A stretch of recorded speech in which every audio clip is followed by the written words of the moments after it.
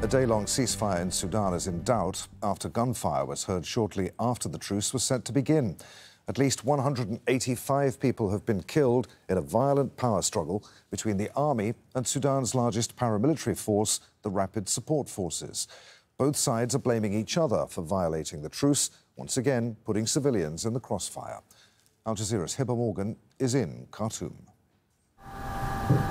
More explosions in Sudan's capital Khartoum in the first minutes of what was supposed to be a ceasefire, but did not take effect as Sudan's army and most powerful paramilitary fight each other for the fourth day. Fighting continued at Khartoum airport, leaving a trail of destruction. Satellite pictures show widespread damage after days of heavy fighting. Flights have been suspended, preventing international mediators from arriving. 330 kilometers north of Khartoum, Marawi Air Base is still being contested by rival military forces. Sudan's army claimed on Tuesday that it has control of the facility. Army Chief General Abdel Fattah al-Burhan and his deputy, Mohammed Hamdan Daglo, who leads the paramilitary Rapid Support Forces, had been in charge of the country since 2019. But they disagree on how to restore civilian rule. It's unclear who now has the upper hand, with fighting around the General Command military headquarters. The Rapid Support Forces released footage purporting to show its troops gaining ground with its soldiers at the Security Services building. But after the army took back control of state TV on Monday, it's called on the RSF to turn themselves in. It is not in the interest of our homeland to have its own countrymen carrying arms against one another. Therefore, we call on them not to be part of this conspiracy, to lay down arms and turn themselves in, and then let's see if they will consider joining the ranks of Sudan's armed forces. Khartoum and other cities are now battlefields, with tanks rolling through the streets and dead bodies strewn across pavements. Medical staff are warning they can't reach the injured because hospitals are under attack. There's not enough medicine, food, or water. With power cuts, generators are operating at critical levels.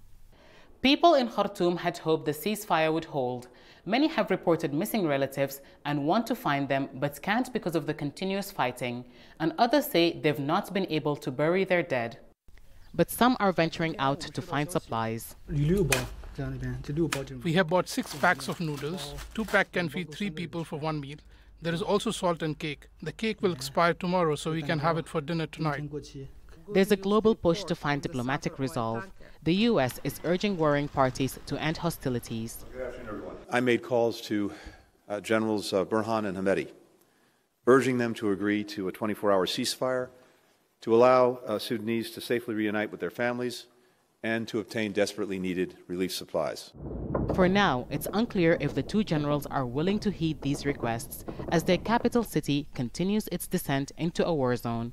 Hiba, Al Jazeera, Khartoum. Some desperate people in Khartoum have risked going out to get essential supplies. They say they have no food or water and that panic is setting in. The situation is very hard. That's not a secret to anyone. It was sudden. There's no electricity, no water. It is the 4th day in a row without water. We don't know what will happen in the coming days, but I hope for the best. It's a great struggle. No water, no electricity. There's panic and fear. We haven't slept for 4 days. The children are terrified. Sudan's health ministry says the violence has forced at least 16 hospitals to shut down. It says that number is likely to rise and is urging the warring sides to refrain from attacking health facilities. Some clinics have been bombed, while others have closed due to a lack of supplies. Sudan's Doctors' Committee says they're struggling to treat the injured. Well, the ongoing fighting and supply shortages have forced hospitals in Khartoum to close. All patients, except those in the intensive care unit, have been evacuated from the capital's children's hospital. With the escalation of violence and security tensions, the doctors had to evacuate all the cases, except the cases inside the intensive care units. There is a shortage in staff, medicine and oxygen. The hospital is witnessing a shortage in many things, even the doctors we have left. Shortly after the ceasefire was supposed to come into force, the UN Under-Secretary-General for Humanitarian Affairs, Martin Griffiths, tweeted, "The targeting of humanitarian workers and facilities continues in Sudan. We're receiving reports of attacks and sexual violence against aid workers. This is unacceptable and must stop. Ahmed Omar is the communications coordinator at the Norwegian Refugee Council. He's concerned about reports of attacks on aid workers and says that it's crucial for humanitarian access to be restored to help refugees. We need this humanitarian access to these people because these people, they depend on us. There are a lot of emergencies happening, and NRC is supporting a lot of emergencies in these camps. And now it has been since April 15, now we stopped from working, we stopped from responding to our refugees. For example, here in Gadarif alone, we have about 41,500 Syrian refugees that we are serving. We need an urgent ceasefire, and if we have a ceasefire, of course, we will immediately start our work. We will go continue our work in the camps and to help the refugees that we are helping and the displaced that we are helping.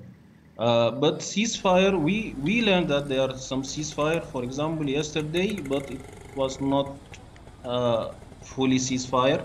And today also we heard about ceasefire, but it didn't happen. What happened actually is the opposite. We had now a lot of a big clash and big conflict in Khartoum North. We are so worried about that since we hear that there are 3 UN staff that got attacked in Darfur. This also might happen to us. We are all humanitarian workers, and this really it's a real concern for us.